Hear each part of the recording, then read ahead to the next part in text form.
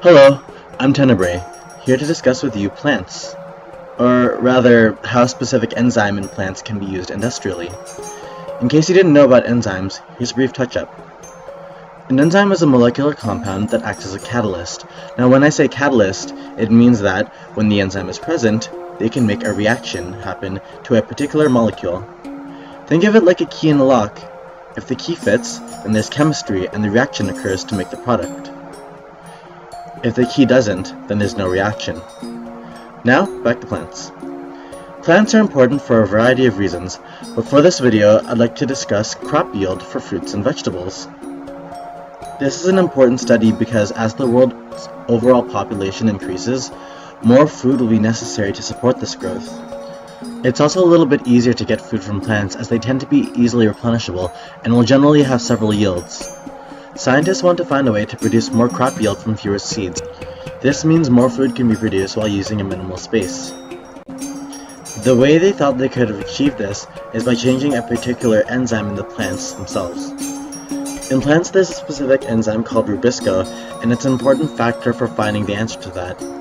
Rubisco is the most abundant protein on Earth, making up about 50% of the proteins in plant leaves. To put it on a very basic level, rubisco is an enzyme that is used in something called the Calvin cycle, which in a whole is part of photosynthesis. It's that specific enzyme which catalyzes the reaction of the carbon dioxide it takes in to become sugars that the plant will use as energy. Since it takes up a lot of energy to make blooms, the theory is that the plant will use this energy to create those blooms for the greater chance of producing offspring, and therefore, more crops. While rubisco is one of the key components of photosynthesis, it's not doing too great in its job of catalyzing, which is probably why it's so abundant in plants. But scientists have predicted that if manipulated properly, a plant could increase its crop yield by up to 60%. In a recent study that happened in September 2014 in New York, tobacco plants were used to test this theory. They introduced the genes of a bacteria named Synococcus elongatus in hopes of borrowing its faster rubisco. Not only that, but there are other bacterial proteins that have been looked into that help the structure of rubisco by either helping it fold properly for the reaction, or that helps it structurally support it. The results showed that the tobacco was indeed able to use the improved rubisco enzyme to convert more carbon dioxide into sugar. This means faster growth and more energy to be converted into flowers. This is solid evidence in proving the theory that more efficient rubisco can create a better yield. Unfortunately though, there are a few kinks that need to be worked out first. While it did produce more sugars, it was also prone to wasting energy by accidentally bonding with oxygen instead.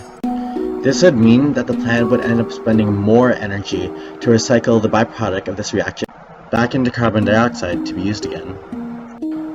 The obvious solution is to maintain a carbon dioxide-rich environment, but a heavily enriched carbon dioxide environment isn't natural, so they'd have to find a different way for it to be in abundance. A way scientists have in turn remedied this problem is by creating a specialized isohedral, which means 20-sided structure, called a carboxysome, which are typically found in bacteria.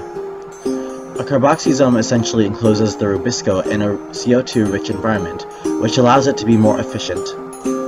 Science still has a ways to go with this kinds of research, as the study itself is quite young, and they have yet to find a way to have plants express functional carboxysomes as they typically occur in bacteria. Scientists predict that it could be available in as little as 5 years, and we can all reap the reward of a steady food supply. Thank you for watching. This video is made for Miss Khaled's Miss Khaled's For You bio class. The song is Virus and it's made by Bjork, and I drew all the pictures. Thanks again for watching.